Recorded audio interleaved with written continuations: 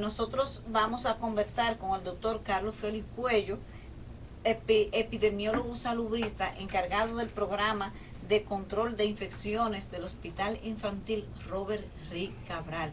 Muchísimas gracias, doctor, por aceptar nuestra invitación. Bien, gracias a ti siempre. Doctor, ahora mismo el tema que está preocupando a todo el que tenga niños menor de 16 años es este de la hepatitis aguda que se ha estado propagando, ya está en Europa. Cuéntanos de eso y cuál es la situación de la República Dominicana, qué tan vulnerables somos para que esta enfermedad llegue aquí. Sí, bueno, este virus no solo ya está en Europa, que fue donde empezó en el Reino Unido, sino que está también expandiéndose en el área suramericana, la caribeña, porque la tenemos ya en Puerto Rico, está en Costa Rica, pues está en Argentina y en Panamá. ¿Está aquí entonces? Sí, ya está a más de 20 países y van más de 300 casos. Y una enfermedad viral que hasta ahora no tiene una identificación establecida. En los diferentes casos que se han identificado están involucrados virus vinculados a la hepatitis, a los adenovirus, también están el virus vinculado a SARS-CoV-2, que es la pandemia que todavía estamos sufriendo a nivel mundial, y también a un serotipo del virus que es el F41, también del adenovirus, que son los microorganismos que se han estado identificando en más de los 300 casos que se han presentado a nivel mundial. Y eso es un elemento preocupante porque todavía no se conoce qué es lo que está provocando esa inflamación del hígado a nivel de los infantes, principalmente entre niños de 1 mes y 17 años, que es donde se están produciendo esos casos, y que tiene un elemento de preocupación porque tiene una evolución. Si bien es cierto que en el 85% y 90% tiene una evolución satisfactoria hacia la de alta, no menos cierto es que ya han muerto 5 niños de esa enfermedad, pero además necesita como parte del tratamiento trasplante hepático para poder salvarse. Alrededor de entre un 10 y un 15% de los casos que se han presentado a nivel mundial necesitan un trasplante hepático, y entonces eso es un problema preocupante. Ya la Organización Mundial de la Salud hizo una alerta epidemiológica a nivel mundial, llamando a todos los países que son miembros a que pongan atención en la vigilancia epidemiológica de esta enfermedad. Entonces los países deben de prepararse, tienen que prepararse para que no nos pase lo mismo que pasó con la COVID, que se informó, y hay muchos países que por las condiciones de naturaleza propia, su sistema de salud no sorprendió a muchos países, y mira las consecuencias de ello. De manera que es preocupante lo que está sucediendo con esta enfermedad. Doctor, ¿qué podemos hacer los padres? ¿Qué se le aconseja hacer para en este caso, cómo actuar?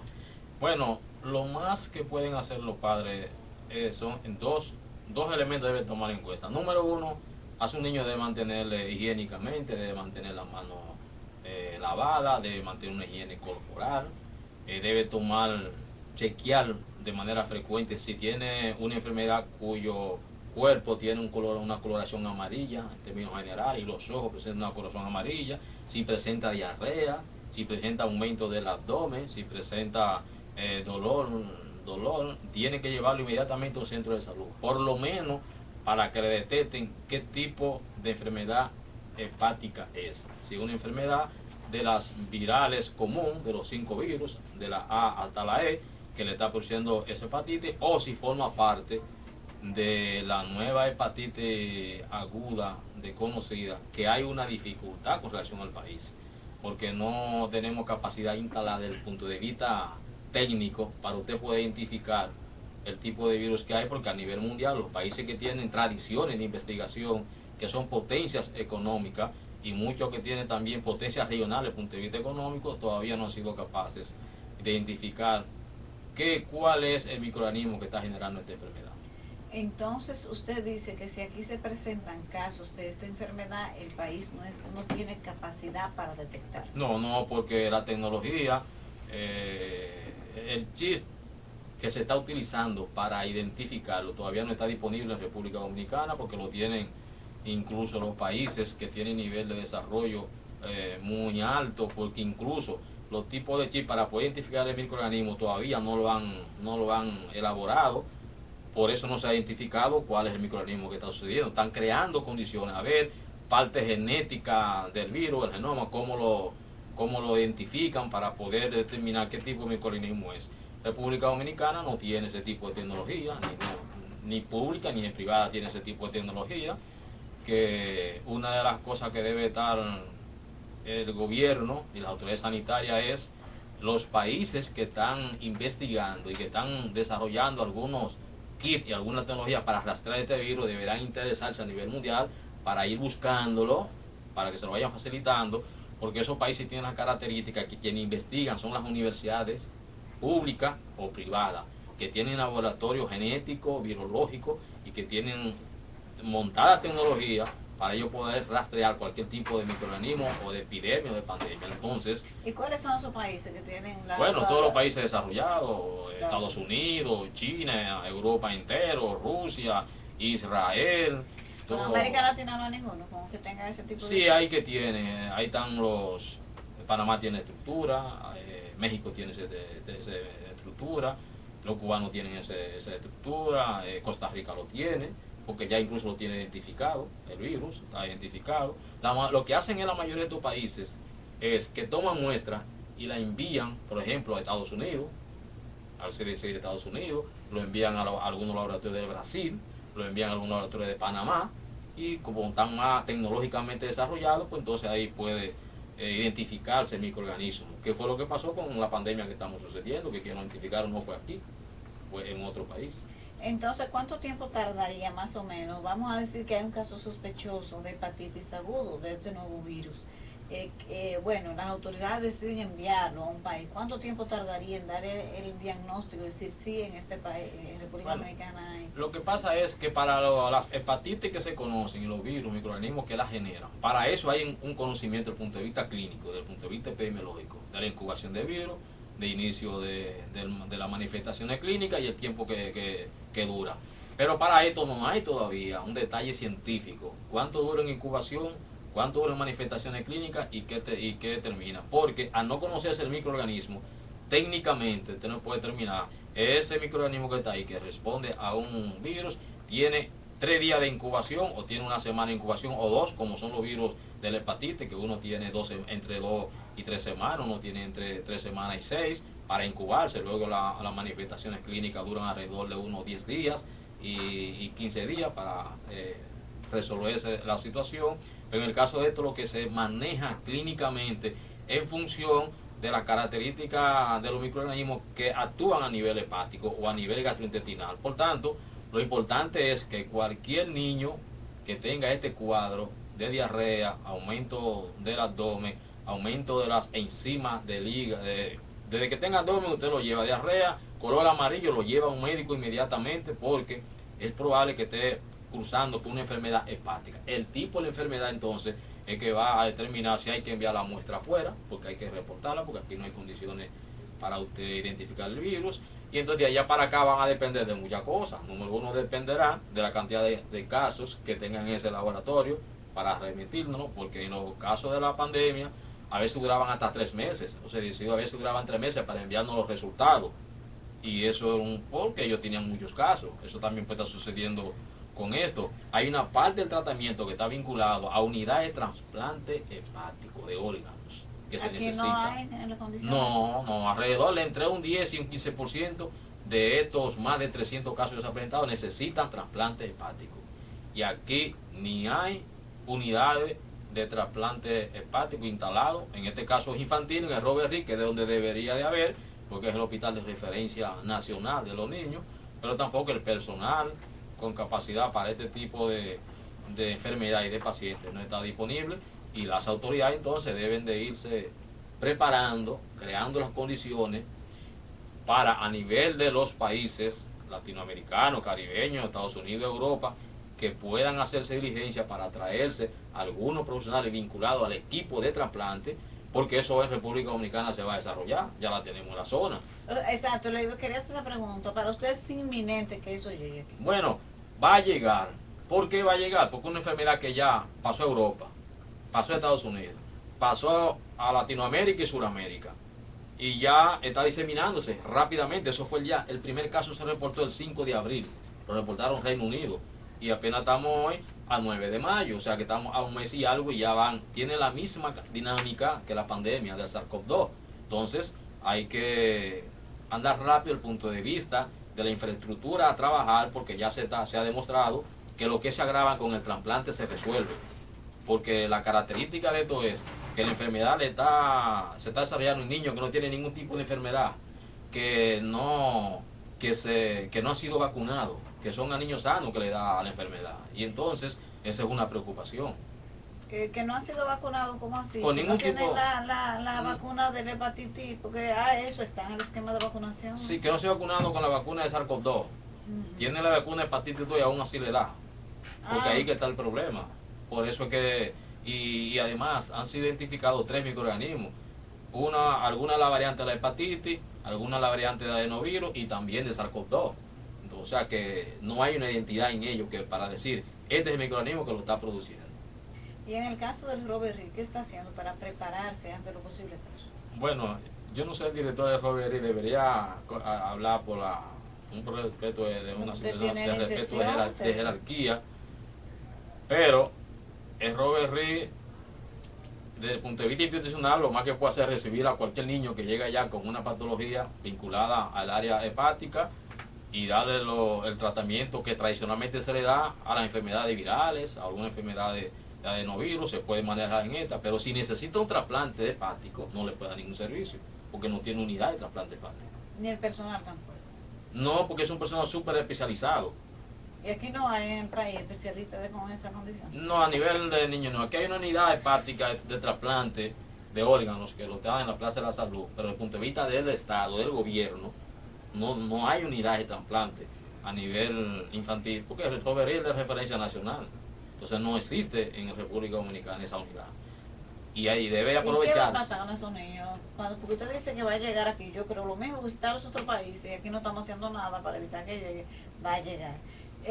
¿Cuál será el destino de esos niños que puedan estar ahí? Lamentablemente fallece la defunción, el fallecimiento, porque se necesita trasplante hepático y no hay unidades para eso. Y ese es el único recurso para que esos niños... Hasta ahora ese es el recurso que se usa para sí, lo que se los complica, casos graves. sí, lo que se complican en los niños. No hay otro tratamiento. No hay tratamiento paliativo como es la enfermedad viral, antipirético para la diarrea, pero no para tratamiento para el virus. Ahí entonces está siendo portador de malas noticias. Cónchale, sí, que no me gusta eso, porque esa es la realidad que tenemos aquí. Ay, no, doctor, pero... Y no están trabajando quizá en coordinación las autoridades nacionales de salud pública, han hecho algún tipo de contacto que usted tiene que saber, porque usted es el encargado del programa de infección de allá, Robert Reed. Lo que pasa es que yo oí a la vicepresidenta de la República informando a nivel de los medios de comunicación que el país está preparado para enfrentar esta enfermedad, y que incluyendo que Robert Reed está preparado. Bueno, yo creo que es una actitud hacia positivista de ella, de buena fe, que lo hace, en el sentido que cualquier cosa se puede enfrentar, creo que lo está haciendo con buena fe, pero me parece que la información no se la están dando muy clara, porque el país no tiene condiciones para hacer trasplante hepático a nivel de niños, eso no existe, aquí no hay eso, y no tenemos los profesionales en esa área. Lo que debería es aprovechar la situación para crear la unidad, o solicitar mientras tanto, en lo que eso se crea, porque eso necesita recursos humanos de la zona nuestra, incluyendo Estados Unidos, países suramericanos, norteamericanos, que tienen preparación. Humano, probablemente. Sí, humano, porque es un equipo técnico. O sea, hablo de Cuba, debe haber muchos especialistas. Varios, ¿no? Y varios, ahí está Cuba, ahí está México, ahí está Brasil, ahí está Colombia, ahí está Argentina, Panamá, que pueden facilitarnos médicos, enfermeras, material de apoyo para instalar la unidad de trasplante de órganos a nivel infantil y aprovecharla, porque eso va a venir a República Dominicana, lamentablemente, pero va a llegar porque es una enfermedad que se está expandiendo. Ojalá... ¿Qué tan contagioso es? Todas las enfermedades son contagiosas con esa característica, y se contagia por el contacto, se contagia por la mano, al tocar la mano y las secreciones, si hay a nivel de la conjuntiva, si hay a nivel de la tos también se puede contagiar, con la diarrea se puede contagiar. Entonces, si usted le pone la mano o si le tose al lado, pues se puede contagiar. De manera que eso... Pero eso de la mascarilla ayudaría, ¿no? Sí, también, correcto. Claro que sí, porque hay también enfermedades virales y adenovirus que tienen infección a nivel respiratoria principalmente y de niños, y a nivel intestinal también. Entonces la mascarilla, el lavado de manos, el distanciamiento, las secreciones, desinfectar bien las áreas donde hay ese tipo de pacientes, es un elemento de barrera para que no transmitan la enfermedad. Bueno, doctor, y hay otros temas, pero esto a mí me ha preocupado, como usted lo está abordando. Está feo, doctor. No, yo tengo una hija que tiene 13 años. No es fácil, cualquiera se preocupa. Y todos estamos expuestos. Y lo preocupante de eso es que la enfermedad está en niños que no están enfermos, que están sanos todos. Bueno. Pero, nada, la ventaja es que el 80%, el 83% de eso se pasan sin problemas, sin complicaciones. Y los casos graves, también es a niños sanos, se puede agravar. Sí, lo mismo, sí. No es como el COVID, por ejemplo, que si tú tenías una situación difícil de salud, como diabetes, no tiene que ver con eso, porque esto es lo sano. Y el problema es que es nuestro niño, o sea, no se le ha presentado el primer adulto, es a nivel de los niños, se ha presentado los casos hasta desde un mes hasta los 17 años. Bueno, ya ustedes saben, señores, las informaciones que nos ha dado aquí el doctor Carlos Félix Cuello. Y la vacunación, doctor, porque con la COVID parece que hubo un descuido a nivel generalizado, no solamente en la República Dominicana, sino incluso a nivel internacional. Uno lee las estadísticas como que hubo una caída del tema de las vacunas, del esquema de vacuna para las diferentes enfermedades. ¿Aquí cuál es la realidad? Bueno, aquí como muchos países del mundo también sufrieron los esquemas de vacunación de otro tipo de enfermedades. Tú sabes que eso se hizo más agudo, más profundo, dependiendo de los sistemas de salud de cada país. Y aquí sufrió también el esquema de vacunación. Aquí hay un esquema de vacunación que tiene cobertura de diferentes tipos de vacunas, pero las coberturas no son tan altas como en muchos países para evitar enfermedades. Todas las enfermedades que se evitan o que se prevén a través de vacunas deben de tener una cobertura por encima del 90% y 95%. Que por eso yo siempre decía, con relación a esta pandemia, que muchos decían que no, que con un 70% de cobertura, que un 75%, o sea, no señor, lo primero es que no la conocemos, lo segundo que es una pandemia, y lo tercero que en el mundo por primera vez se da, entonces hay que vacunar por lo menos por encima del 95%. Y se demostró que solo los países que han llegado a una cobertura por encima del 90% es que están enfrentando la situación de esta pandemia. Todo el que está por debajo de eso tiene un problema serio de control. Y aquí nosotros apenas tenemos un 55% de cobertura de la vacuna de la COVID. Pero aquí la gente no asiste. Con la dosis completa. No, aquí la gente ha cogido eso como así. ¿Usted cree que todavía eso es un tema por el que tenemos que preocuparnos? Aquí, claro, incluso estamos en aumento ahora. Tenemos una tasa de positividad. Tú sabes que yo esto le doy seguimiento estricto todos los días y en función de la evolución del virus. Ya nosotros tenemos un aumento de la tasa de positividad de los últimos 14 días. Hoy corto yo el corte de 14 días. Y ya hacía mucho, un mes, que no teníamos una tasa por encima de 1%. Tú sabes que la pandemia se mide para saber si tú la tienes controlada con tasas. Alrededor entre 0 y 1 significa que tú tienes un control de esa pandemia. Entre 1 y 5 significa que tú no tienes tanto control. De 5 para allá es un descontrol que hay. Y teníamos mucho tiempo, como un mes, que no teníamos por encima, la mayoría de las provincias estaban por debajo del 1. Ya nosotros tenemos 7 provincias que están por encima de 2, 3 que están por encima de 3, una que está por encima de 5, que es el Distrito Nacional, que lo tenemos, y apenas como 8 provincias que están entre 0 y 1, que estamos aumentando todos los casos. Y ya tuviste que incluso en el día de ayer reportaron 100 y pico de casos, en el día de hoy, y los casos están aumentando y la positividad está ahí, aunque no se estén ingresando pacientes, porque en el país se ha aprendido mucha gente, por un problema de la cultura dominicana, que solo van a los hospitales cuando hay enfermedad que no la conocen, y si ya la conocen recurren a la cultura popular, hacer los test que se dice la gente, se automedican, ya con esto saben, porque la COVID siempre se ha dicho que solo el 25, un 20% es lo que hay que ponerse el caso, porque es lo que se complica, es lo que lleva al paciente a cuidados intensivos y es lo que genera problemas, sobre todo aquellos pacientes que tienen comorbilidades, los pacientes con cáncer, con VIH, los pacientes que son diabéticos, los que son obesos, que tienen un sistema inmunosuprimido. Esos son los pacientes problemas cardiovasculares que hay que protegerlos porque son los que pueden complicarse, porque al virus le gusta ese tipo de órganos para crearle daño. Y los que tienen problemas pulmonares, los EPO, los asmáticos. Entonces, pero yo misma ya eso a mí hasta me he olvidado, yo tengo que ni veo los boletines de salud pública. No, eso es bueno porque es un error, porque llega el momento, y no queremos que eso llegue, que otra vez entonces todos los servicios lo paralizamos, como sucedió, por no saber manejar el problema estratégico desde el punto de vista epidemiológico, y entonces pasa lo que ha pasado, pero en Latinoamérica y el Caribe hay un repunte otra vez de estos casos, y a mí no me sorprende que nosotros estemos dando inicio de la probabilidad de la sexta oleada, como se va comportando el virus, porque van aumentando los casos. Entonces, eso no está callado, eso está callado, porque hay muchos médicos que no le dan importancia a eso. Ya la gente se tira a la calle como quiera, ya el gobierno ha dicho que tiene esto controlado. Incluso por ahí hay instituciones que le están dando reconocimiento como país que ha manejado esto desde el punto de vista del turismo, porque aquí esa es otra cosa. Aquí se ha manejado esta pandemia no en función de los intereses nacionales, sino en función de intereses sectoriales, principalmente en turismo. Y es un error, porque en este caso no es como dicen muchos, que hay que convivir con esto. No, eso no es verdad. Eso no es verdad. Todavía nosotros no hay forma de que logremos llegar a la meta, que fue el 70% de cobertura de vacunación, que se dijo. Incluso muchas de las vacunas lo que están dañándose. Ay, Dios y se han dañado.